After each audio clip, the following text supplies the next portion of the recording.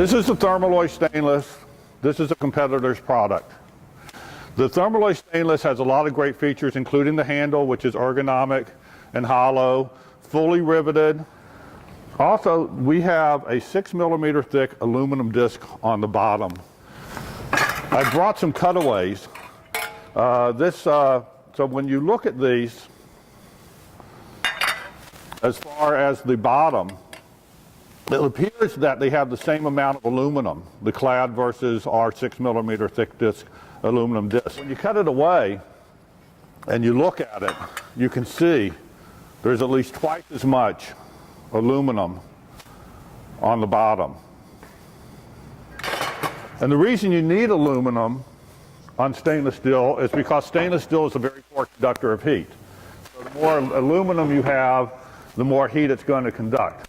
This is the thermalloy 1/4 inch thick aluminum, and this is the competitor's product. And the thermalloy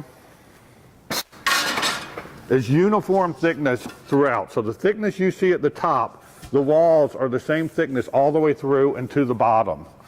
Whereas the competitor's product,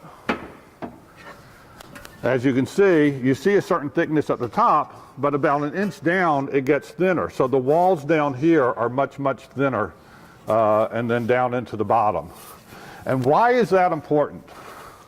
And how it actually heats the food product. So I'm going to draw something here. All right, so if that's the outline of your pot, when you have your heat source down here, you're heating from the bottom. Well, on the stainless steel, if you have a thinner thing of aluminum, your thermal zone, your heating area, is only going to be down here.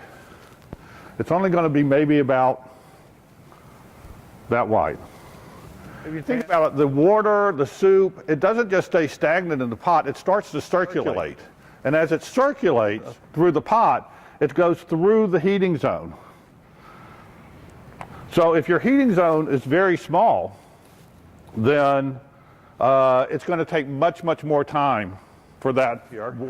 On the thermalloy stainless, which has a wider, thicker aluminum bottom, or on the thermalloy aluminum, which has a thicker bottom and is just thicker all the way throughout, you have a larger heating zone. The water and the food products start circulating through the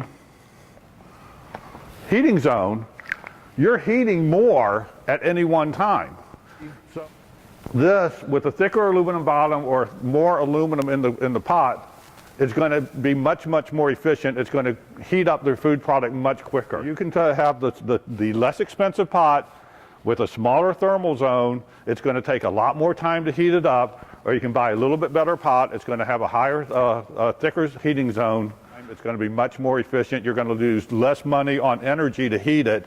So again, over time, the little bit more money you spend on the better quality pot, you're going to save on energy efficiency.